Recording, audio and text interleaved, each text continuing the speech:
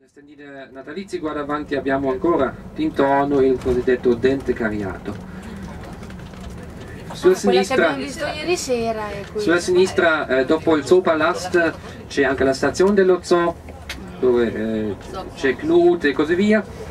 La chiesa qua era la chiesa più grande, fatto secondo l'architettura romana.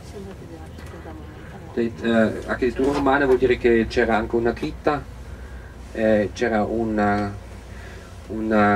carillon, come si dice, un campanile, che la chiesa invece andava perso già nel 43. Nel 43, una notte di novembre, dal 20 al 21 di novembre 43, sotto le bombe anglo-americane andava perso la navata, era la navata più grande qua a Berlino. Dopo la chiesa hanno lasciato così un architetto tedesco. Eiermann ha reso la funzionalità della chiesa mettendo questa struttura ottagonale, per quello si parla da un lato del dente cariato, sì, un po' fa ridere la parola, e poi anche si parla del rossetto e portacipria, per le forme ottagonali, perché i rossetti negli anni 60-70 si vedeva molto in questa struttura, in questa forma ottagonale.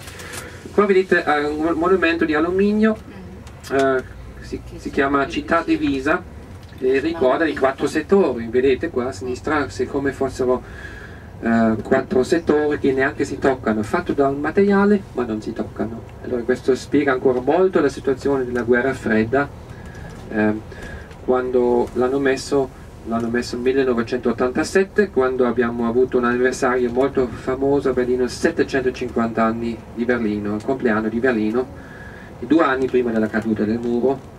Hanno messo dappertutto questi monumenti d'arte. George Clooney, sì, a sinistra, che abita vicino a casa vostra, no? All'Ario, vicino all'Ario. A destra vedete il KaDeWe, l'entrata del KaDeWe, un'altra cortina di ferro invece del nostro consumismo, che aprono solo alle 10 domani. Il magazzino più grande d'Europa.